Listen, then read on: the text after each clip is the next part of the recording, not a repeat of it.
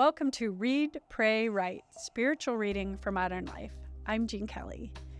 In a minute, I'll introduce today's guest, who offers her work as inspiration for a session of spiritual reading. If you're not familiar with the practice of spiritual reading, you can subscribe to the Grace Lines newsletter and receive a free ebook about the 4 steps, which are simply read, reflect, respond, receive. I like to say that if you can read, you can meditate. If you can write, you can pray. The gifts of this practice of spiritual reading, the space, pace, and grace to go deeper in your life, are available to everyone, regardless of faith, denomination, or belief.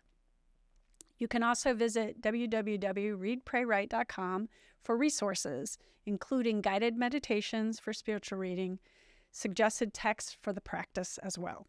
Today, we are blessed with the presence of Gracie Morbitzer, a visual artist who paints portraits of the saints as models of how we might live a life of deep faith, meaning, and social action.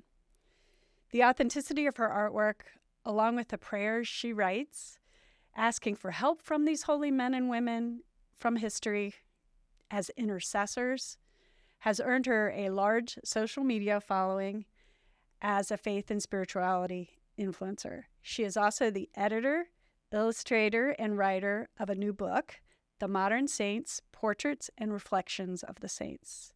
So Grace, thank you for being with us today. Welcome.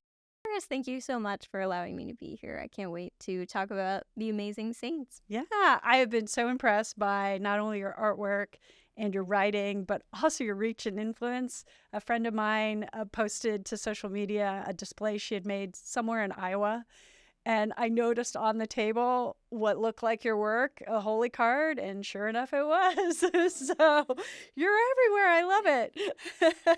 And even though this is the first book you've ever written, it's with a large publisher, an imprint of a large publisher, and you've managed to get contributions in the collection from some of the top faith and spirituality writers. So congratulations on that. That's awesome.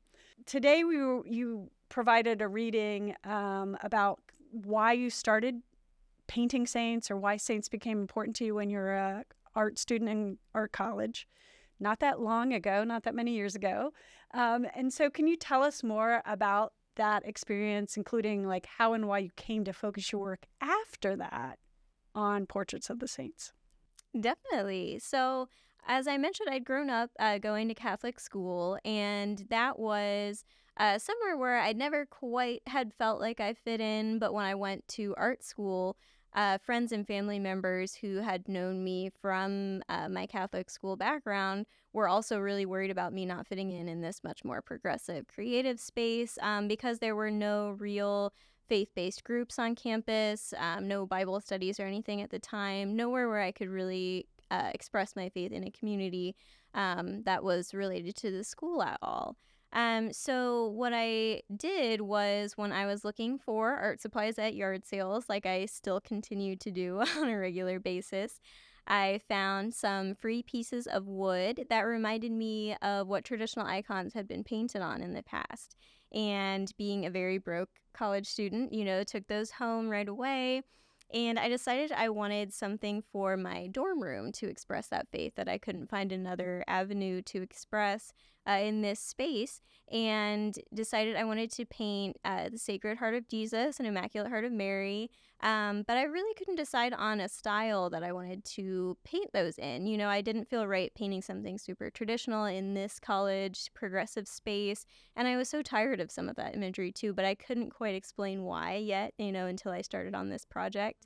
So I was too excited to start, though, and began with the figure of Jesus, but couldn't decide what to have him wear. So the longer I looked through art books and browsed through art painting styles and tried to decide on a style, I left him in what basically looked like a white t-shirt. And the longer I sat with that, the more I realized that itself was really interesting. Icons are meant to be contemplated, and contemplating him wearing something like the students around me, looking like the people that I know, was very powerful and brought up some new ideas for me. So I painted the image of Mary to be wearing modern clothing as well, and was going to leave it at that until I posted those images on social media. And all of friends and family from my Catholic background were asking for modern renditions of the saints that were important and close to them.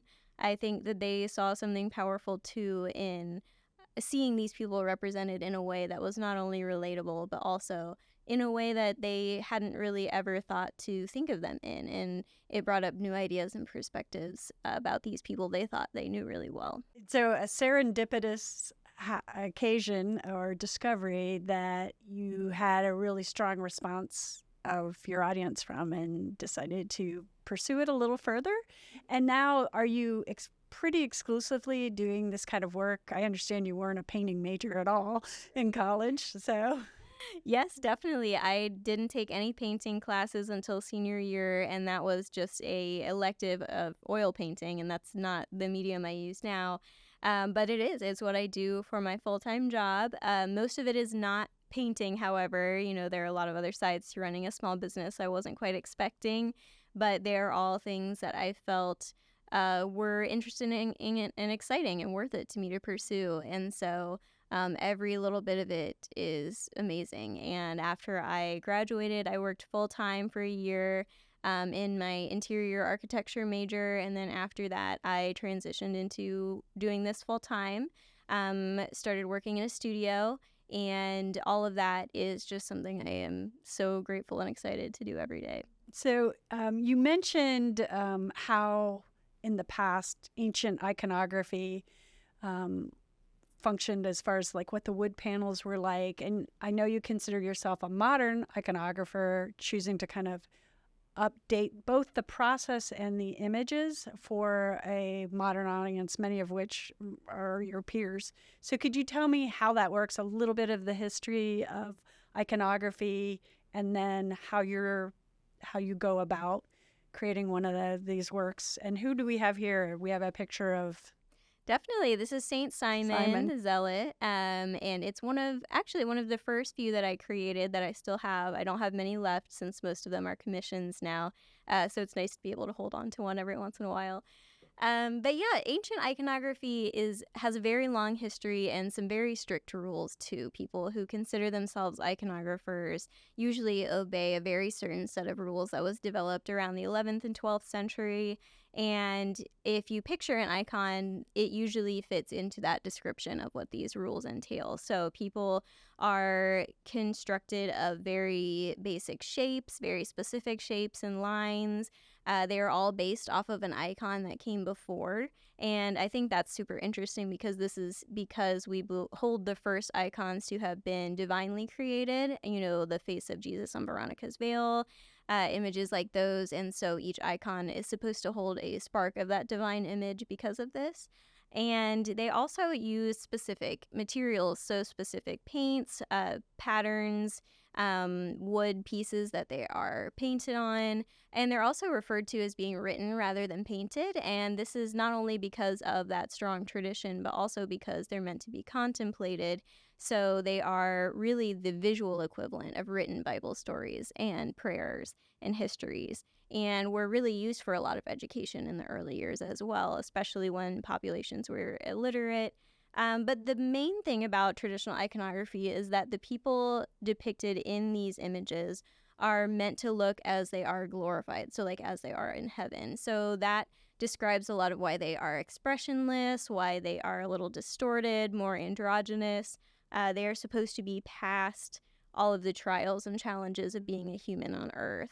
And this, I can see why it is necessary and why that's a really powerful way to view these people. But it's also not something that I find to be relatable. And I think to be more relatable, to look like us, that's the best way to do it. And being able to relate to these saints helps us realize how we can be saints ourselves, because our stories are just like theirs. And if we see them looking like us, we're more easily able to recognize that those stories are exactly the same.